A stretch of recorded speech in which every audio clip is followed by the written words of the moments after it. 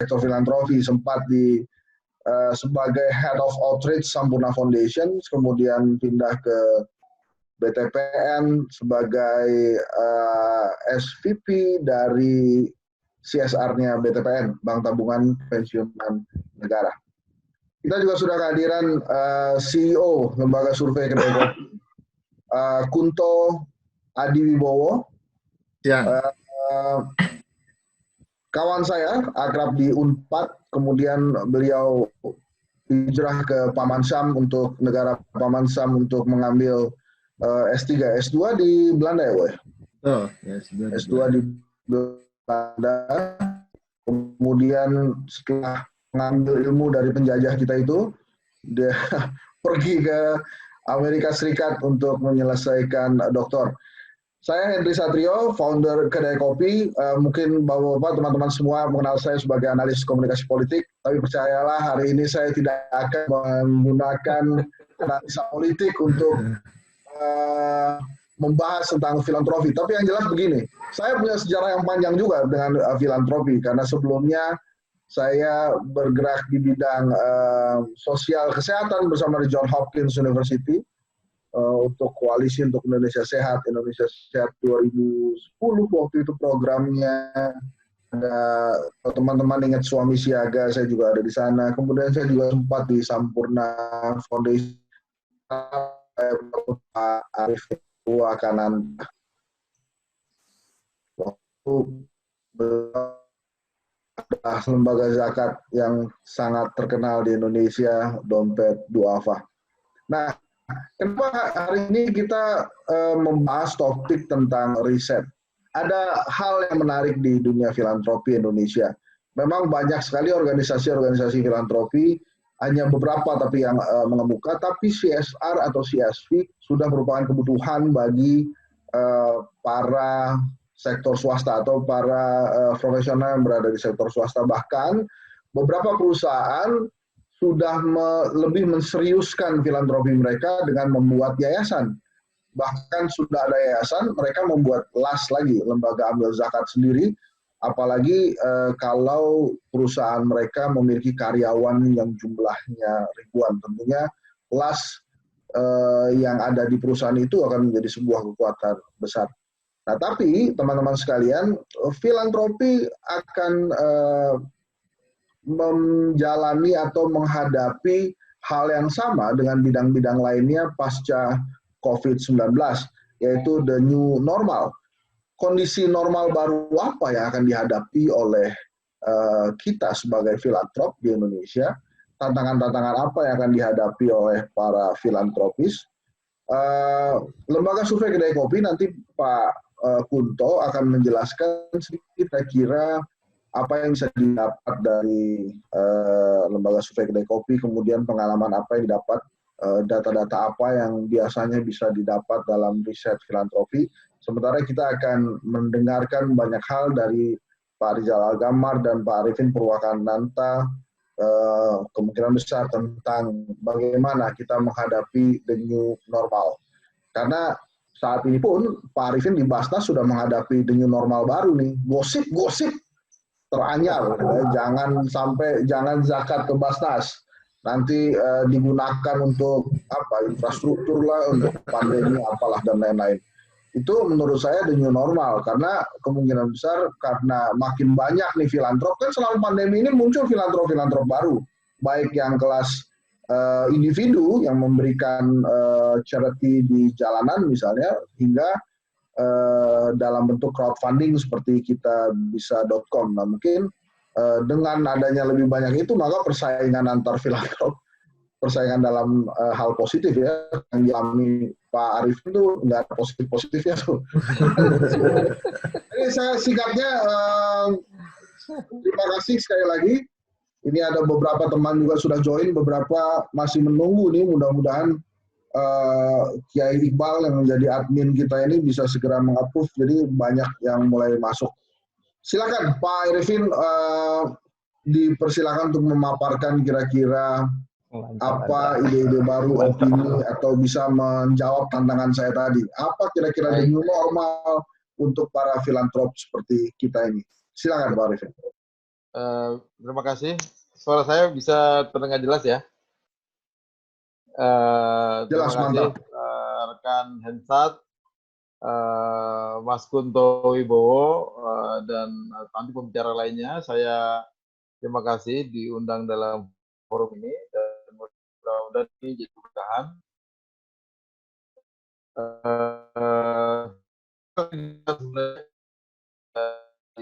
Dengan yang lain karena kita berusaha untuk mengundang sebanyak mungkin lembaga filantropi sebenarnya, tapi dalam kesempatan ini juga membuat kita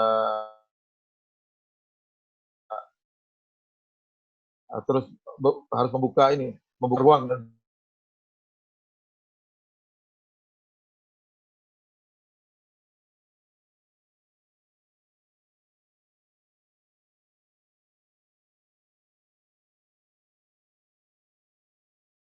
tambah banyak.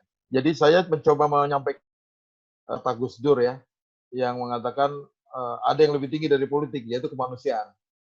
Jadi itu dalil yang cukup kuat bagi Mas Hensat untuk dan teman-teman Mas Kunto Wibowo dan teman-teman kedai kopi lainnya untuk bisa masuk ke sana karena uh, ketika kemarin kita diskusi mengenai topik lain, saya kira yang menjadi undangan kepada teman-teman adalah ya bagaimana kalau kita besarkan dan kuatkan wacana di kemanusiaan karena itu juga hal penting yang juga dibutuhkan oleh masyarakat. Ini sektor publik juga, tapi dari sudut pandang yang lain. Baik, saya hari ini ingin memaparkan pentingnya pengukuran-pengukuran tersebut, tapi saya coba bahas dari satu sisi saja dan akan saya kaitkan dengan sisi yang lain dengan membahas sebuah topik yang saya siapkan sederhana saja dan beberapa slide akan saya siapkan dengan saya tampilkan dengan cepat ya karena ini juga sebagai ilustrasi dari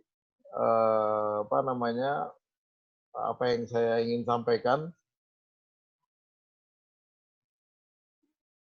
Jadi saya ingin membahas tentang bagaimana pentingnya sebuah penelitian kepercayaan publik itu harus dilakukan oleh lembaga filantropi. Kita tahu bahwa filantropi yang kita sedang diskusikan ini adalah sebuah ruang tindakan berbagi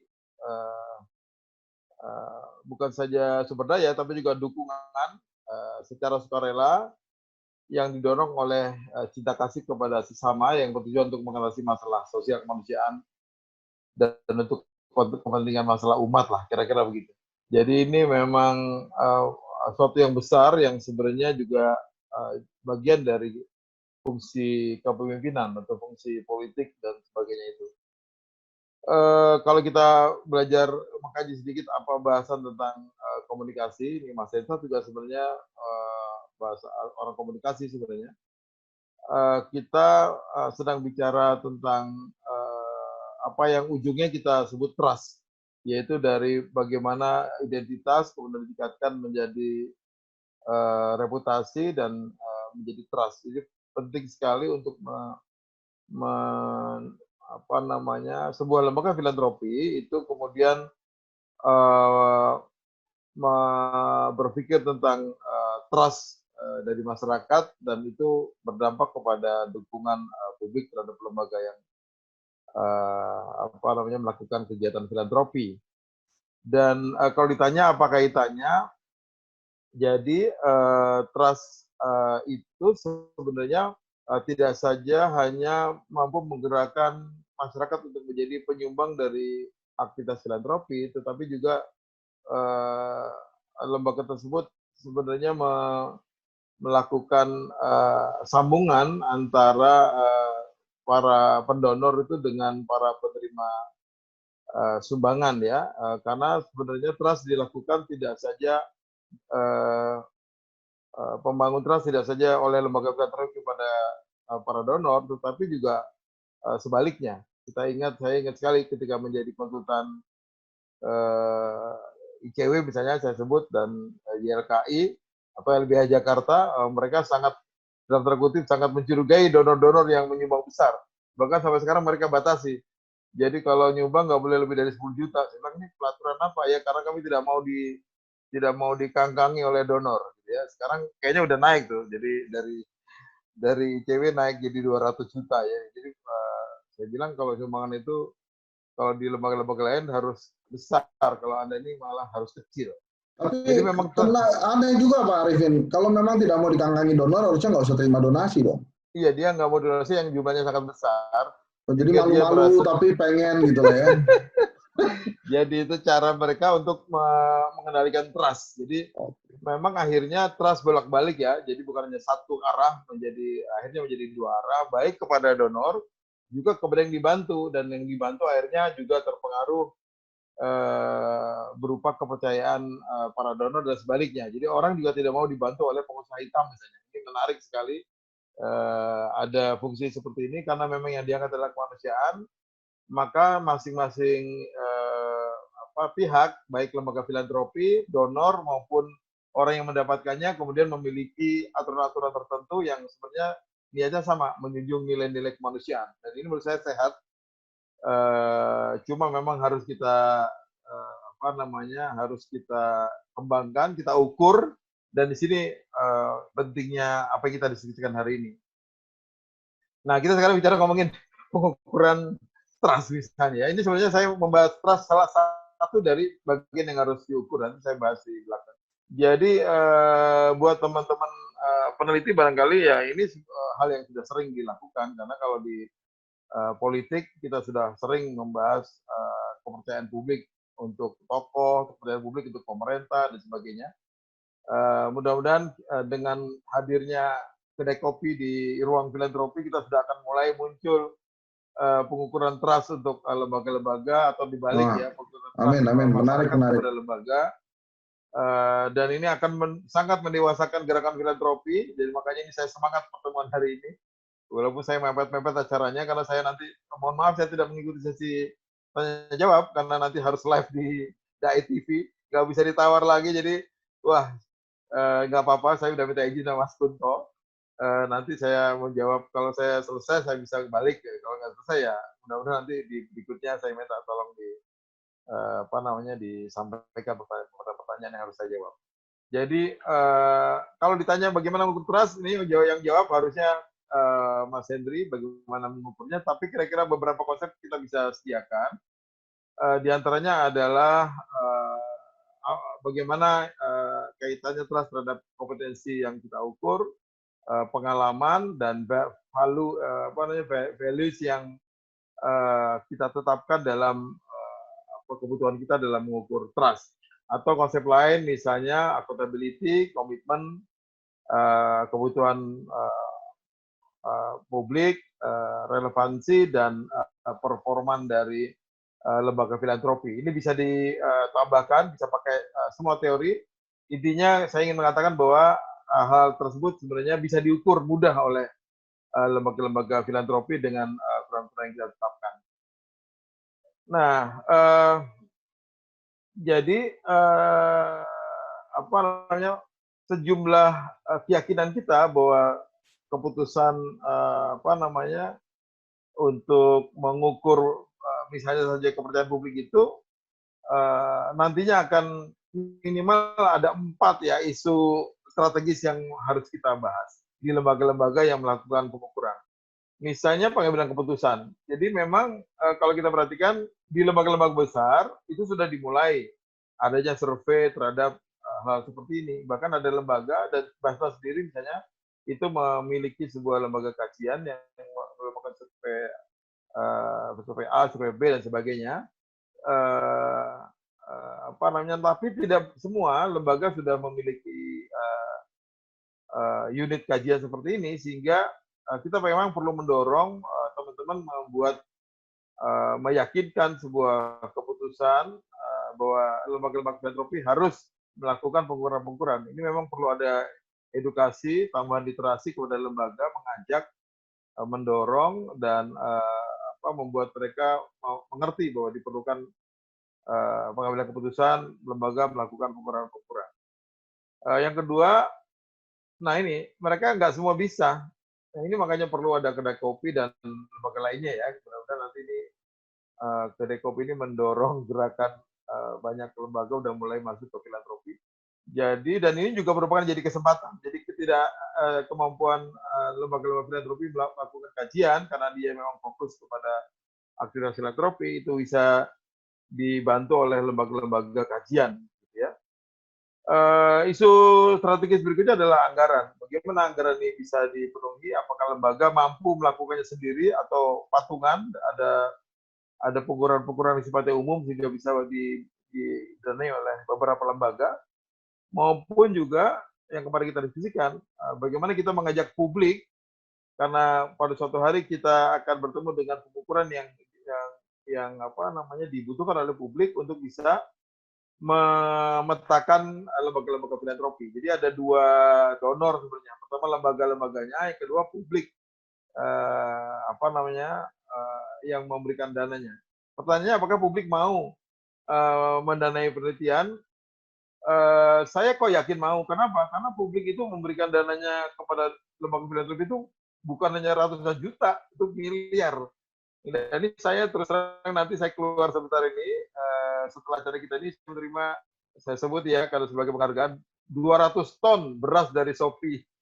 Jadi sumbangan itu besar-besar, Mas. Sumbangan itu besar-besar dan sampai sekarang menerima sumbangan dari perorangan aja besar-besar sekali. Jadi kalau ditanya apakah mereka menyumbang, mereka pasti mau, dalam bayangan saya meyakini mereka pasti mau menyisikan donasi dan itu menjadi patungan dari masyarakat untuk mengamankan donasi mereka yang besar-besar itu kepada lembaga-lembaga. Itu bayangan saya.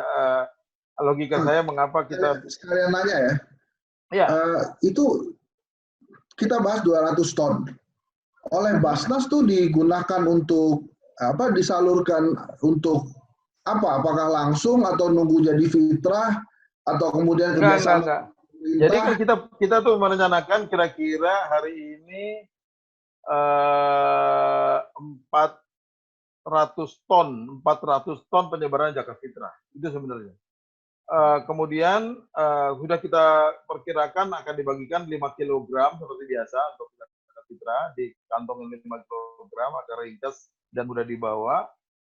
Kemudian ditambahi lagi dengan kira-kira 200 ton. Jadi kita bagikan seperti kita membagikan zakat fitrah, dan itu sudah dilakukan atas anjuran MUI, tidak di akhir Ramadan tapi sudah di awal Ramadan. Jadi ini sebenarnya donasi publik dan donasi perusahaan, tetapi kemudian ditumpangkan ke dalam sistem distribusi bantuan zakat fitrah gitu. Jadi dengan tim kita dan sekarang sudah mulai disebarkan. Kita beralih dari isu anggaran penelitian ke manfaat. Jadi kita juga perlu membahas kira-kira pengukuran-pengukuran ini untuk apa, ya? Pengukuran untuk apa? Mungkin dikemas dalam bentuk seperti apa, dan dalam isu ini saya kira kita tinggal mengalihkan saja apa yang sudah dilakukan oleh teman-teman lembaga-lembaga survei yang sekarang sudah dipakai untuk hal yang sifatnya politik atau lainnya yang sekarang ini sedang berkembang, atau di korporasi ya yang sekarang ini sedang berkembang, kemudian dialihkan saja ke filantropi. Jadi beberapa hal temanya tetap mungkin hampir sama, tapi dialihkan menjadi untuk kepentingan lembaga-lembaga filantropi atau aktivitas filantropi di masyarakat. Nah, jadi saya ingin membahas 4 ini sebenarnya. Pertama, saya meyakini bahwa kepercayaan publik dan tema-tema lain sebenarnya adalah satu yang penting untuk didorong lebih kuat dalam keberlanjutan filantropi. Jadi penelitian ini bukan untuk mengacak-acak dunia filantropi. Penelitian, kajian-kajian seperti ini itu untuk lebih menguatkan dan mendorong keberlanjutan filantropi yang lebih dewasa dan lebih kuat nantinya. Karena kan mungkin orang berdasarkan kasihan ya, dengan literasi yang rendah. Orang Indonesia karena sangat dermawan, jadi memang luar biasa, kita semuanya disumbang, Pak. Semuanya lembaga disumbang. Penipu aja disumbang juga. Jadi kita ini luar biasa baiknya ya. Kita dulu kalau diinjek tentara, kita yang bilang, Pak, mohon maaf Pak, kaki saya keinjek. Itu tanda bahwa kita tuh hatinya sangat baik ya, harusnya minta maaf yang injek kan. Jadi kemudian saya yakin bahwa kepercayaan publik dan yang lain-lainnya itu bisa diukur. Sebenarnya sesuatu yang agak sulit ya, bagi lembaga filantropi, tetapi bagi lembaga survei dia akan mudah diukur.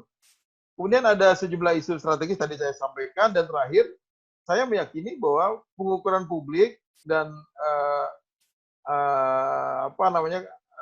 tema-tema lainnya itu sangat dibutuhkan oleh lembaga filantropi maupun publik. Jadi dua yang membutuhkan. Pertama adalah publik itu sendiri karena harus mengamankan bantuannya dan membuat bantuan menjadi sustain. Juga lembaga filantropinya, karena lembaga filantropi harus mengetahui perilaku donor dan sebagainya. Jadi kalau mau dibahas, ini banyak sekali, saya belum berhasil menuliskan semua. Kira-kira apa sih yang diperlukan publik? Ya mungkin diantaranya adalah pengukuran dampak program filantropi. Jadi uang saya jadi apa? Kira-kira begitu. Kemudian pengukuran tingkat transparansi lembaga, mereka sebenarnya nggak ngerti tingkat transparansi, mereka hanya lihat dalam tanda kutip brosur, ajakan. Dengan pemetaan seperti ini mereka bisa memilih lembaga yang baik. Apa dampaknya buat lembaga? Ya lembaga akan bekerja menjadi lembaga-lembaga baik. Dan itu akan sehat bagi gerakan filantropi di Indonesia. Kemudian juga mungkin pengukuran tingkat efisiensi. Mereka tidak pengen juga sumbangannya habis dipakai buat gaji ininya kan, apa namanya, pimpinan-pimpinan lembaga gitu, seperti saya gitu. Saya dicurigai makin lama makin gemuk gitu ya. Karena dulunya saya kurus gitu. Saya kira itu penting sekali untuk bisa menampilkan atau mendorong adanya penelitian terkait dengan kebutuhan masyarakat atau publik ya, artinya audiens atau donor dari lembaga-lembaga tersebut. Ada juga keperluan penelitian yang diperlukan oleh lembaga filantropi itu sendiri. Pertama, perilaku donor ini untuk fundraising, gimana caranya lembaga mengetahui donor maunya apa, donor tuh ingin programnya seperti apa. Mas Hensat kelihatan dia di ini ya, bukan di kita ya. Oke, sorry. Jadi kajian perilaku donor itu mungkin juga ada lagi kajian tingkat kepercayaan publik terhadap lembaga, itu juga sangat penting dikaitkan dengan upaya-upaya yang harus dilakukan oleh lembaga untuk lebih dipercaya dan sebagainya. Jadi kira-kira akan ada sejumlah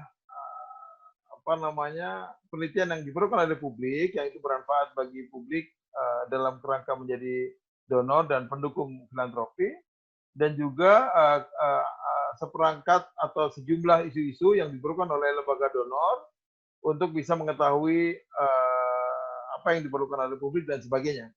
Jadi saya ingin menutup dengan sebuah keyakinan bahwa apa yang kita upayakan ini perlu kita dorong, kita selesaikan berbagai isu strategisnya, dan kita semua akan mendapatkan manfaat dari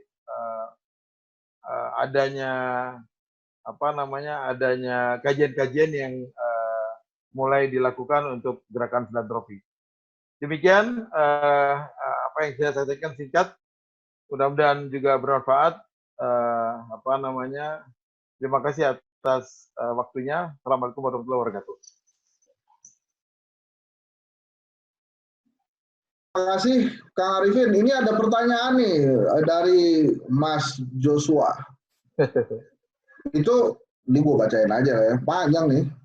Tapi intinya adalah gini, menurut beliau dari riset awalan penelitian Mas Joshua ini, mayoritas lembaga filantropi itu nggak mau menyalurkan ke lembaga-lembaga bantuan hukum karena dianggap tidak jelas target pencapaiannya. Lebih senang ke pemberdayaan masyarakat aja yang lebih jelas target pencapaiannya. Jadi gimana menurut Pak Arifin? Apakah filantropi ini ramah untuk semua bidang atau hanya beberapa bidang saja? Terima kasih pertanyaannya. Saya akan jawab satu saja karena waktunya ya. Benar, saya pernah menjadi konsultan LBH Jakarta. Saya juga pernah menjadi konsultan ICW dan berteman dengan YAPIKA, YLKI dan sebagainya. Memang filantropi untuk bantuan hukum dan advokasi termasuk yang sulit, gitu ya. Tapi akan lebih sulit lagi misalnya seni, gitu ya, atau perpustakaan, penting di luar negeri itu sampai berat-berat itu jadi filantropi ya. Olahraga kita kalau nggak ada judi, forecast kita nggak nyumbang olahraga kan. Nah itu betul dan saya kira itu tantangan bagi kita semua. Tapi bukannya tidak bisa dilakukan. Jadi kalau derajat kebutuhan rupiahnya memang sangat kecil. Jadi lembaga-lembaga yang sangat terkenal bisa ngacak-ngacak isu nasional untuk isu korupsi misalnya, ya dana operasionalnya sangat kecil dibanding dengan Basnas dan Lasnas berkali-kali lipatnya. Jadi memang tidak diperlukan sejumlah dana seperti itu karena kan dana filantropi untuk lembaga itu untuk bantuan.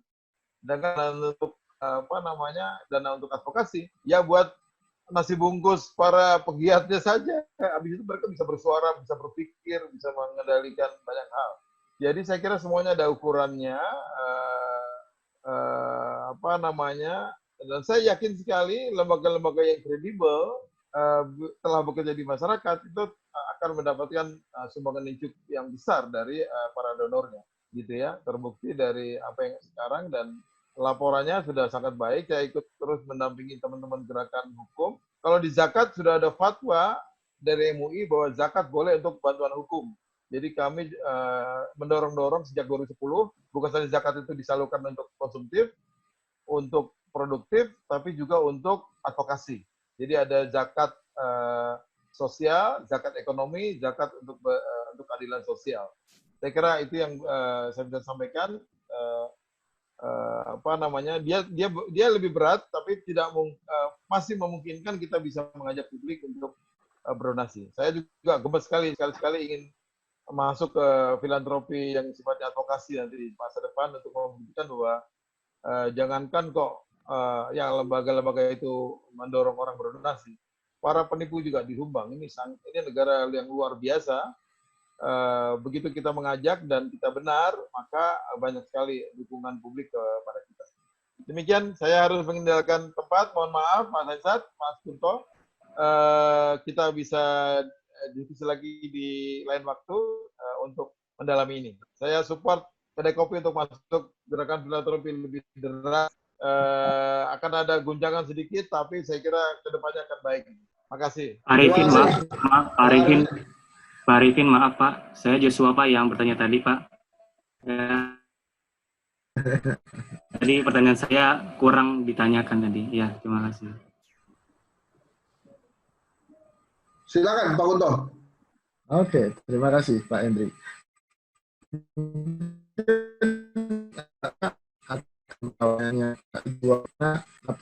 Jelas Pak, problem utama dari gerakan filantropi di Indonesia atau organisasi filantropi di Indonesia adalah kebanyakan pendonor ya, kebanyakan masyarakat masih punya cara pandang yang tradisional tentang filantropi. Jadi filantropi itu ya nyumbang orang sakit, nyumbang orang miskin, nyumbang pemberdayaan gitu. Sedangkan bantuan hukum, olahraga dan segala macamnya itu jadi susah untuk menarik donor. Tapi mungkin ini bisa kita atasi dengan evidence based policy atau evidence based action gitu. Nah, hari ini saya akan mungkin langsung saja ya, Mas Hensat, saya akan share paparan saya tentang urgensi riset pada filantropi. Betul yang dibilang Pak Arifin tadi bahwa Indonesia menurut Charities Aid Foundation itu negara paling dermawan tahun 2018, ya kan?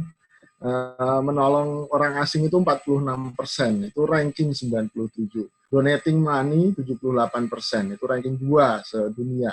Volunteering time itu 23%, itu ranking 1 sedunia. Jadi bahwa nggak hanya nyumbang uang saja, nyumbang orang asing, kemudian menyediakan waktu untuk bervolunteer, itu juga termasuk yang dihitung sebagai kedermawanan sosial ini. Dan Indonesia negara paling dermawan, jadi tadi kata Pak Arifin bahkan penipu pun disumbang kan gitu. Cuman kan ada dimensi lain yang mungkin kita bisa ambil dari sini.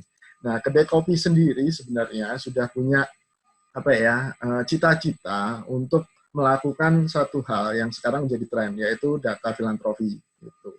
Data filantropi ini sebenarnya bagaimana misalnya lembaga survei seperti Kedai Kopi ketika sudah melakukan survei tidak tahun ini, misalnya tahun 2018 gitu, kita kemudian keluarkan data raw-nya, data mentahnya, sehingga publik bisa menganalisis data mentah hasil survei kita untuk kepentingan akademik, untuk kepentingan kemanusiaan, hak asasi manusia misalnya, atau demokratisasi gitu. Dan ini sebenarnya sudah didorong oleh PBB untuk sejak tahun 2011 untuk melakukan gerakan filantropi data.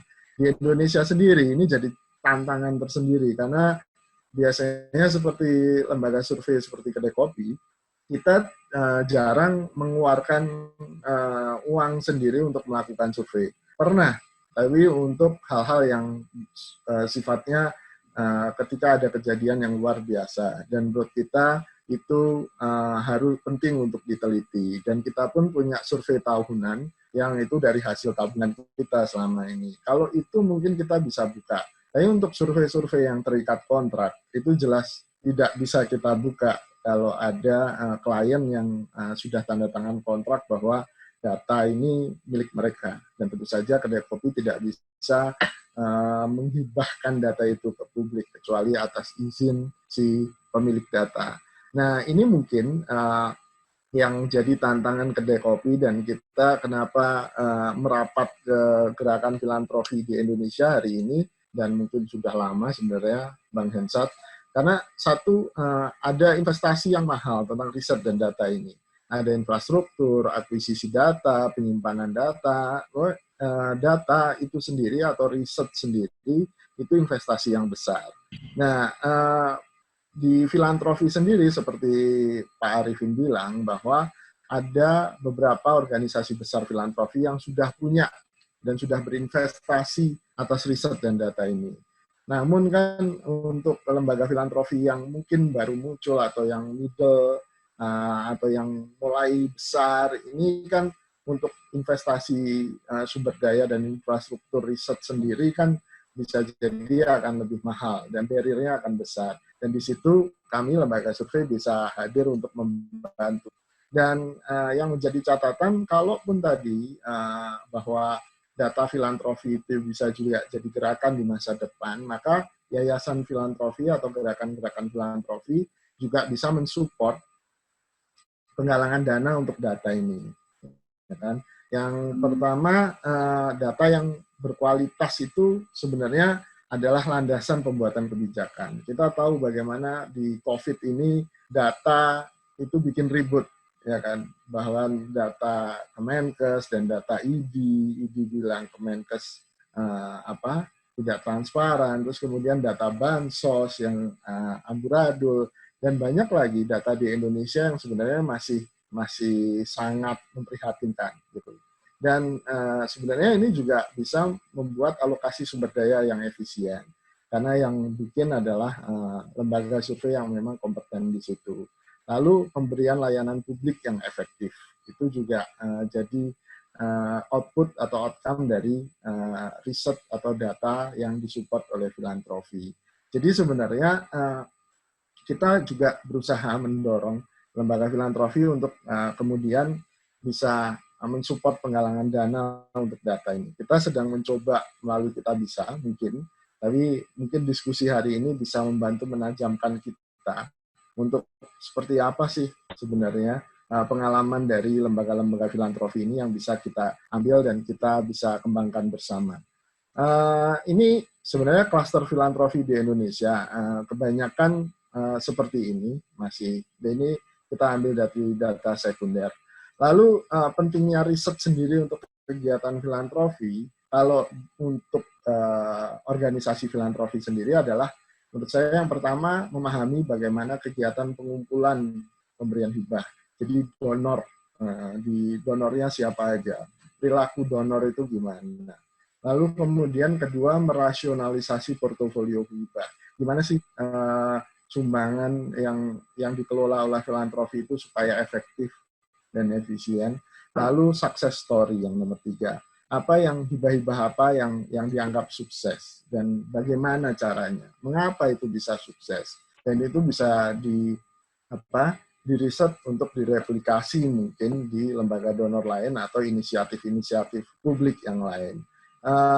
Kita sebenarnya sudah berusaha melakukan beberapa riset yang independen tentang perilaku donor misalnya, atau perilaku warga Indonesia untuk menyumbang. Ketika ditanya berapa donasi atau berapa alokasi dana yang Anda donasikan untuk kegiatan amal atau organisasi filantropi, itu kebanyakan 61,8% mayoritas menjawab antara 100.000 sampai 199.000 per bulan. Yang di bawah 100.000 25%. Tapi tadi cerita Pak Arifin kan bahkan banyak Mas yang menyumbang sampai 200 ton. Bahkan ada individu yang menyumbang sampai 50 juta. Ya mungkin kita ini masalahnya survei opini publik ini kebanyakan kelas sosialnya C dan jarang yang A, jarang yang B. Mungkin dengan dana yang lebih atau resource yang lebih bagus kita bisa menghaluskan lagi temuan ini sehingga kita bisa tahu sebenarnya siapa sih yang mau nyumbang 50 juta itu sebulan gitu. Atau ada nggak sih yang nyumbang 10 juta sebulan rutin, untuk apa sih kan gitu. Lalu saya mungkin akan menambahkan Pak Arifin tadi, yang Pak Arifin menggarisbawahi tentang trust, kepercayaan. Dan di sini mungkin adalah salah satu variabel penting yang juga kita pernah studi di salah satu lembaga internasional yang bergerak juga di filantropi gitu. Kita ingin tahu sebenarnya kepuasannya gimana, dan akhirnya kan ke retention, apakah donor itu atau orang yang menyumbang mau menyumbang lagi gitu. Dan dari beberapa variabel kita dapat beberapa variabel penting, yaitu komitmen, kepercayaan tadi, keterlibatan, engagement, dan kepuasan. Yang menarik dari engagement adalah donor itu sebenarnya dari hasil studi kita untuk lembaga internasional ini, kita mendapati bahwa engagement dirasa penting sehingga donor mau mendonasi lagi. Jadi donor harus merasa dilibatkan, gitu. Penyumbang itu harus merasa dilibatkan. Entah itu ikut volunteer di wilayah tertentu atau menyediakan event yang dia bisa volunteer, atau kemudian bahkan dimintai pendapat tentang apa yang seharusnya dilakukan oleh lembaga ini untuk mendapatkan donasi yang lebih besar, atau bahkan cerita tentang penyaluran donasi. Ikut menyalurkan donasi secara langsung, itu juga keterlibatan yang penting, dan itu mempengaruhi kepuasan dan akhirnya mempengaruhi donor retention gitu. Ini cerita kita yang pernah kita lakukan untuk lembaga filantropi internasional. Lalu ini juga pemahaman bagaimana kegiatan pengumpulan dan pemberian hibah itu dari yang awal itu sebenarnya kita tertarik juga untuk meriset penyelarasan strategi. Jadi strategi apa yang baik buat lembaga donor, dan saya yakin lembaga-lembaga filantropi ini sudah punya gagasan tentang ini, cuman belum di-share ke publik, belum dibagikan ke publik, sehingga publik juga butuh tahu strateginya apa, lalu pengembangan manajemen programnya seperti apa, dan peningkatan efisiensi operasionalnya seperti apa, sehingga publik tidak perlu khawatir bahwa uang sumbangannya akan dipergunakan lebih besar untuk membiayai operasional lembaga filantropi daripada untuk sasarannya. Lalu kemudian ini rasionalisasi portofolio hibah yang menurut kami juga bisa jadi domain riset yang penting di lembaga filantropi, yaitu tentang keputusan yang lebih baik untuk jangkauan dan kedalaman pemberian hibah. Untuk kelompok-kelompok tertentu misalnya seberapa dalam sih kita bisa engage dan ngasih hibah, lalu kemudian bisa jadi landasan eksperimen, studi yang lebih bagus tentang hibah yang lebih efektif. Lalu baseline, kita juga penting untuk mendapatkan baseline untuk perbandingan before after atau tren yang bisa kita ukur tentang portofolio hibah ini. Lalu pemahaman hibah yang sukses, ini success story juga penting karena success story juga salah satu bentuk yang mendorong pendonor untuk mau mendonorkan kembali atau mau menyumbang kembali. Dan cerita-cerita success story ini kan harus didokumentasikan dengan bagus, dengan metode yang bagus. Ini yang menurut kami juga jadi pendorong dan tantangan filantropi ke depan. Pendorongnya adalah SDGs, semakin banyak bencana alam, sikap kaum milenial yang menurut Hartnell itu semakin altruis, dan juga penggunaan teknologi yang memungkinkan kita cepat mendonor, menjangkau orang banyak, dan bisa menyebarkan informasi lebih luas. Challenge-nya adalah perubahan iklim, yang kemudian hari ini kita mungkin merasakan efeknya, baik itu secara langsung maupun tidak. Konflik dan migrasi ini juga jadi tantangan filantropi. Pengangguran, terlebih lagi akibat COVID, ini juga jadi tantangan ke depan filantropi, dan segala macamnya.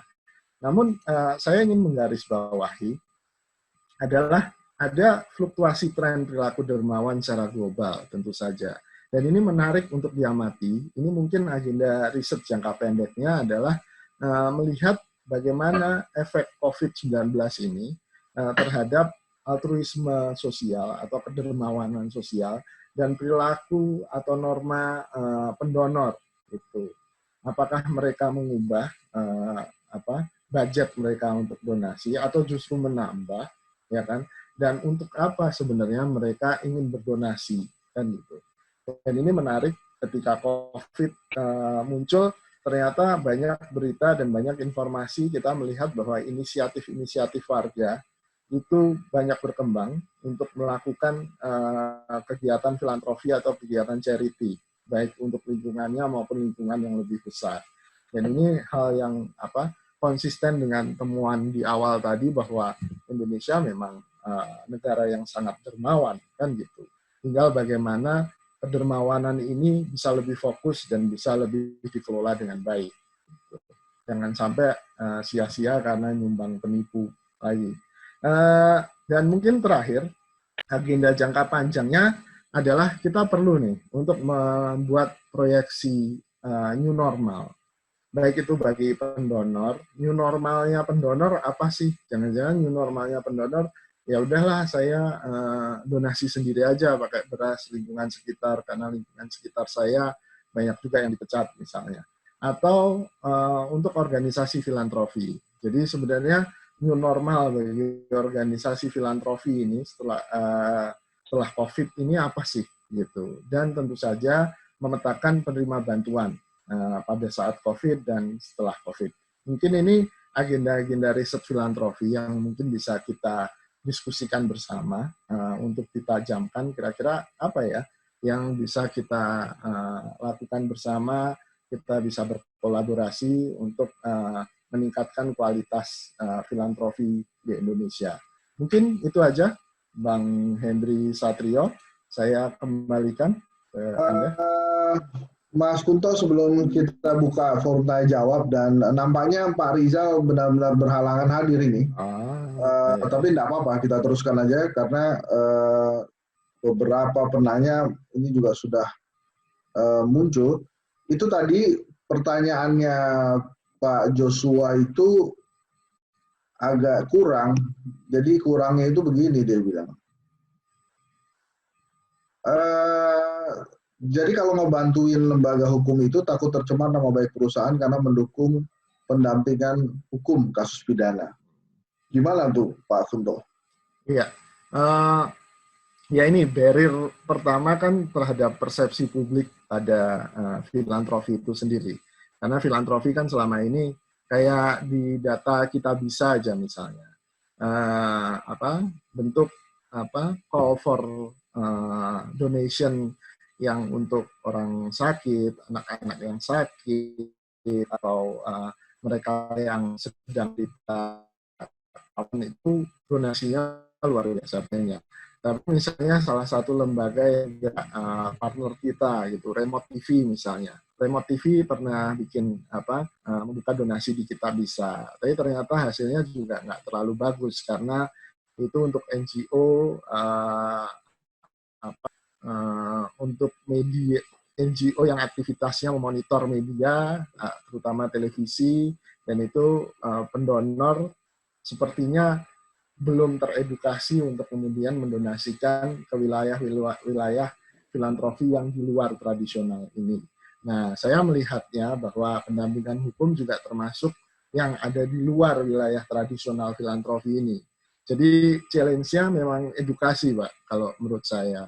Nah, untuk edukasi ini kan harus berbasiskan data. Seperti apa sih edukasi yang efektif?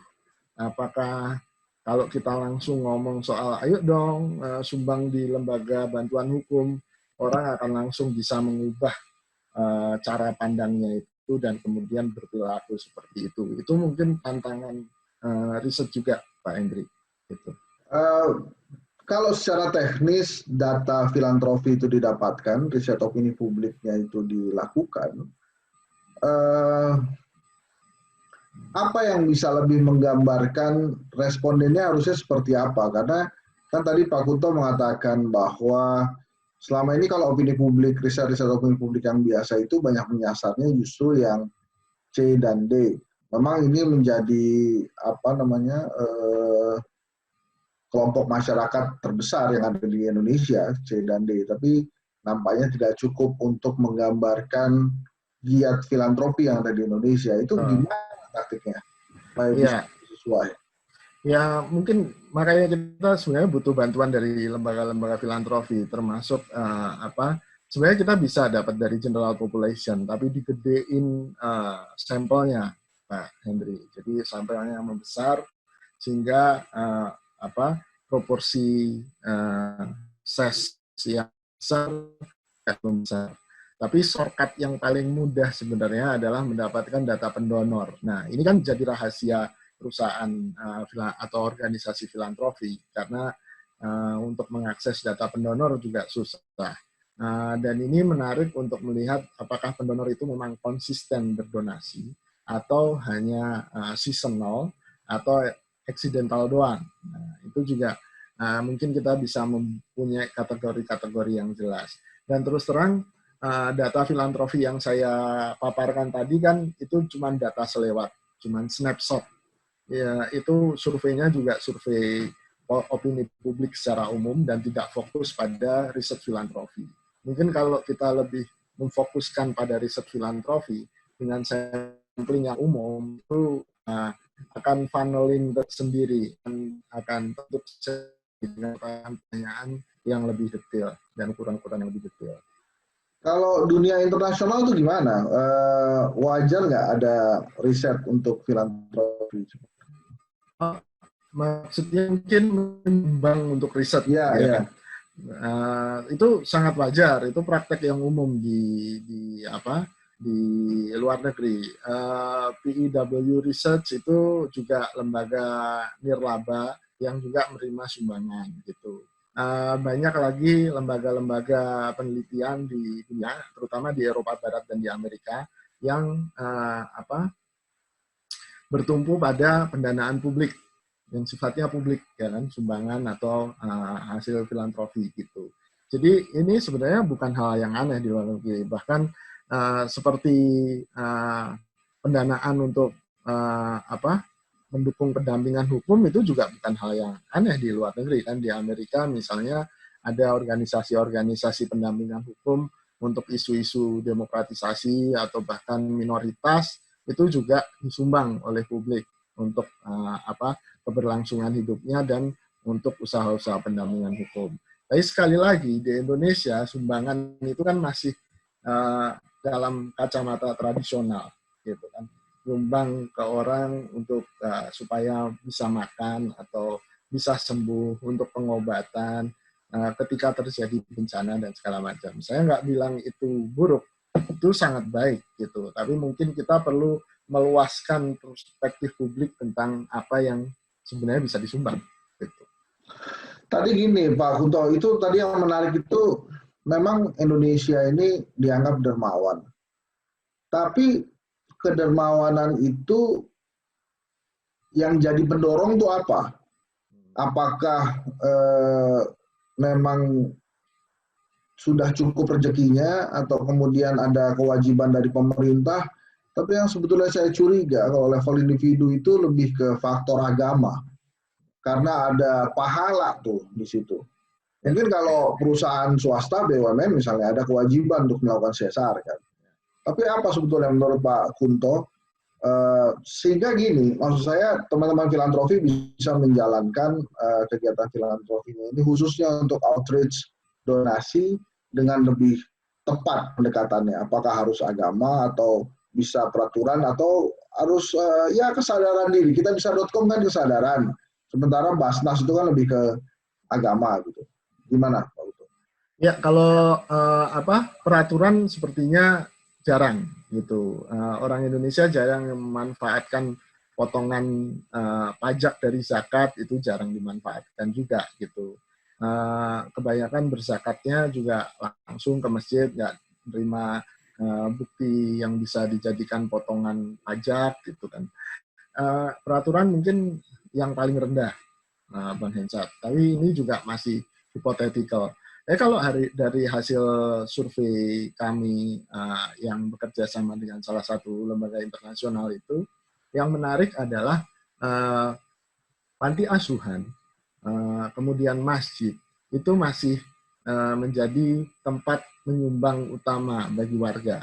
Gitu.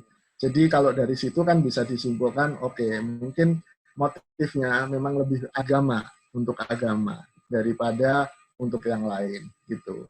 Jadi kenapa panti asuhan? Karena ya kita dianjurkan untuk mengelus atau mengusap kepala anak yatim piatu kan gitu. Terus kenapa masjid? Karena itu amal yang tidak terputus walaupun kita sudah meninggal. Jadi menurut saya dua itu memang masih jadi tempat menyumbang utama bagi warga, terutama warga Indonesia.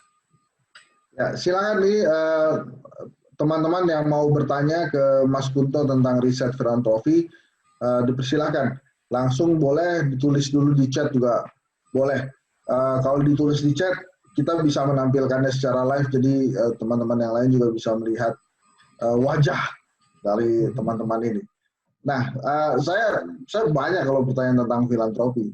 Nah, kemudian gini, kalau kemudian ada riset yang digunakan untuk, ada filantropi atau donasi yang digunakan untuk riset, itu yang menyumbang itu ada kepentingan apa sebetulnya sampai dia mau menyumbang atau mengeluarkan uangnya untuk kepentingan riset gitu kan? Dia memang akhirnya mendapatkan data itu.